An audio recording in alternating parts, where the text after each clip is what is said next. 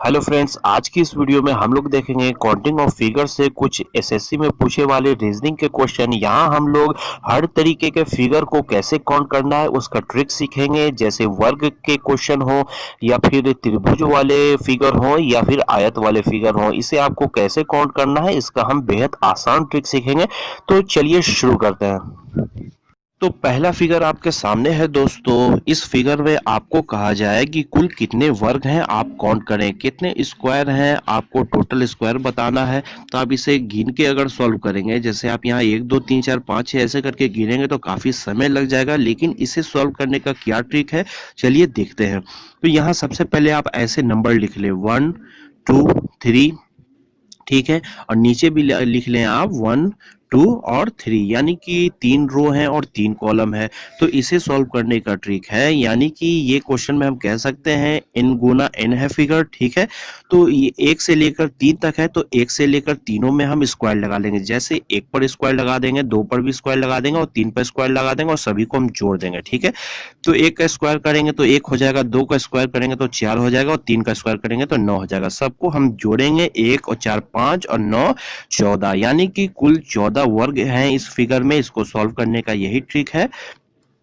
कुल कितने वर्ग हो गए? 14। ये हो गया आंसर। अब आइए हम दूसरा फिगर देखते हैं।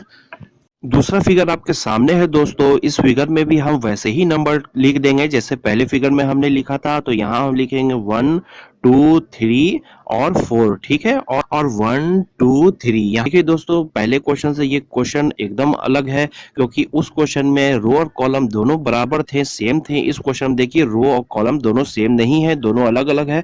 अगर ऐसे फिगर हो तो इसकी आप काउंटिंग कैसे करेंगे? तो इस फिगर को हम कह सकते हैं ये फिगर m गुना n है, ठीक है।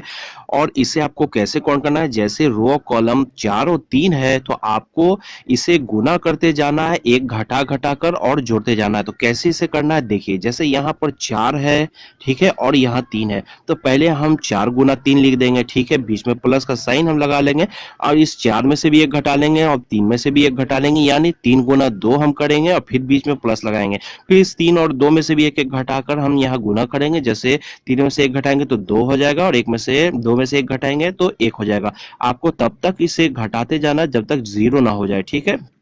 तो यहाँ हो गया 2 गुना 1, ठीक है। अब इससे कम हम करेंगे नहीं, क्योंकि उसके बाद 0 आ जाता है तो कोई फायदा नहीं है, तो यहीं तक हम रखेंगे। तो अब आइए इसे हम सॉल्व करते हैं। तो 4 तिये 12 हो जाएगा, यहाँ 3 दूना 6 हो जाएगा और यहाँ 2 इकाइयाँ 2 हो जाएगा। तो इस सभी को आप जोड़ दीजिए, 12 6 18, 18 2 20, यानी कि इस फिगर में कुल स्क्वायर वर्ग कितने हो गए? 20। ये है आंसर। तो अब आइए हम एक आयत वाले फिगर देखते हैं दोस्तों। तो आयत वाले फिगर आपके सामने है। तो इस फिगर में अगर आपको कहा जाए कि आयतों की संख्या का आप गणना करें कि टोटल आयत इस फिगर में कितने हैं, तो आप कैसे करेंगे? सबसे पहले वैसे ही आप नंबर इस फिगर में भी लिख लें। जैसे यहाँ पर हमने लिखा 1 2 3 और 1 2 3, यहाँ भी लिख दिया, रो 3 हो गया और कॉलम भी 3 हो गए।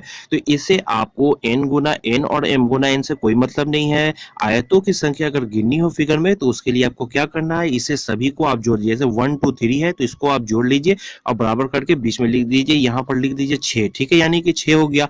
और यहाँ भी आप 1 2 3 इसे भी जोड़ लीजिए, यहाँ भी हो गया 6, यानी 6 रो है और 6 कॉलम है। बस इस 6 और 6 को आप गुना कर दें तो हो जाएगा 36, यानी कि इस फिगर में कुल 36 आयतें हैं। ये हो गया आंसर। तो अब आइए दोस्तों आयत का एक और फिगर हम देख लेते हैं। तो यहाँ इस फिगर में जैसे हमने नंबर पहले लिखा था वैसे ही नंबर हम इस फिगर में भी लिखेंगे।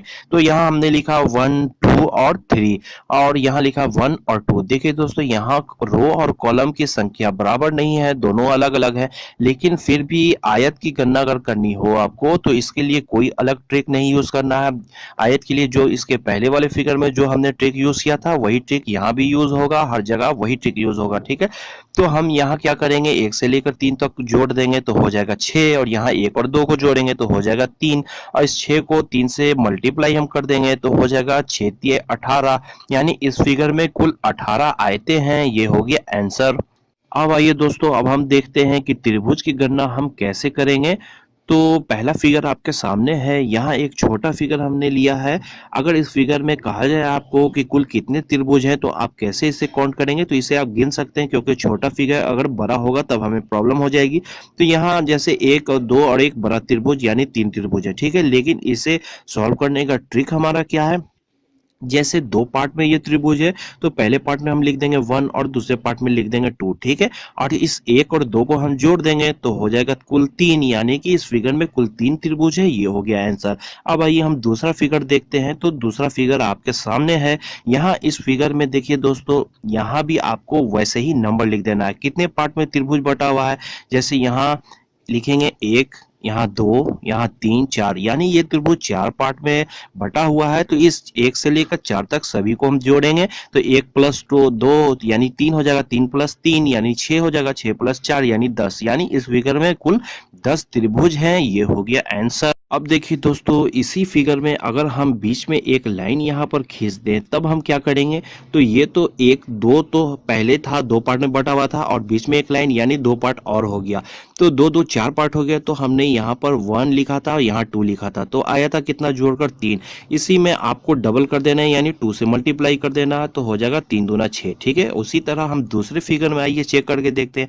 अगर एक लाइन बीच में आपको ऐसे खींचा हुआ मिल जाए, ठीक है, तो आपने 1 से लेकर 4 पार्ट में इसे बांटा था और ये डबल हो गया है, यहाँ भी 4 पार्ट है, तो इसे आप 2 से मल्टीप्लाई करेंगे तो हो जाएगा 10, यानी कि 10 दूना 20, यानी कि पहले 10 था त्रिभुज, अब अगर बीच में लाइन हो जाए तब त्रिभुज की संख्या टोटल फिगर में हो जाएगी 20, ठीक है।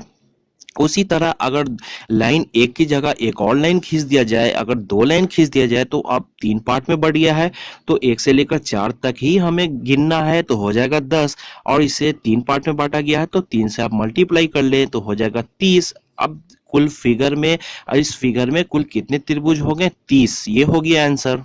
अब आइए दोस्तों, फिगर काउंटिंग का सबसे इंपॉर्टेंट फिगर देखते हैं दोस्तों। तो फिगर आपके सामने है। यहाँ पर इस फिगर में आपको अगर कहा जाए कि त्रिभुज की संख्या बताएं कि कुल कितना त्रिभुज है, तो आप कैसे इसकी काउंटिंग करेंगे। अगर आप इसको गिनना चालू कर दें तब तो आपको काफी समय लग जाएगा, टाइम लग जाएगा, और गिनती सही निकलेगा भी नहीं आंसर।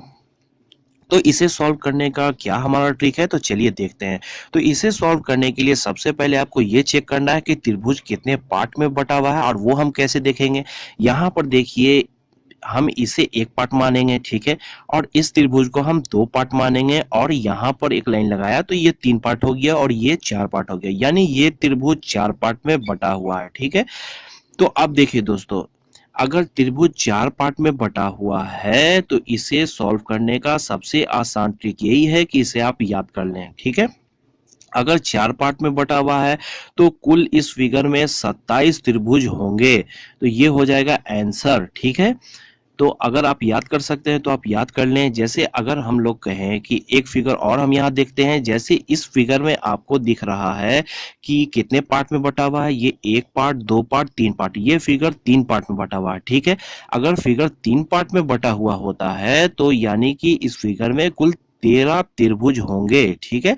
अगर 3 पार्ट में बटा हुआ है तो 13 त्रिभुज होंगे, अगर 4 पार्ट में बटा हुआ है तो 27 त्रिभुज होंगे।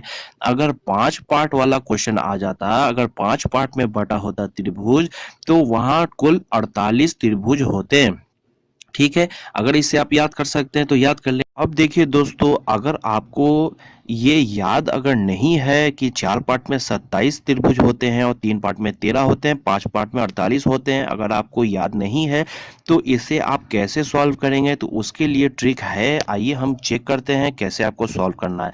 अगर आपका फिगर 4 पार्ट में बटा हुआ है त्रिभुज, ठीक है, तो आप इसे सबसे पहले 4 से लेकर 1 तक लिख लें। जैसे यहाँ लिखेंगे 4 3 2 1, ठीक है, आपने लिख दिया 4 से लेकर 1 तक।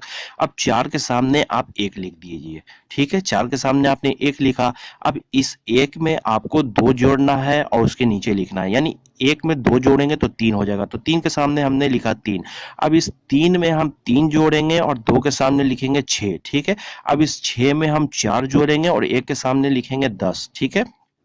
ऐसे हमने लिख लिया। अगर यही अगर फिगर 5 पार्ट में बटा होता तब हम 5 से लेके 1 तक लिखते हैं, जैसे 5 लिखते हैं, 4 लिखते हैं, 3 लिखते हैं, 2 लिखते हैं, 1 लिखते हैं, ठीक है।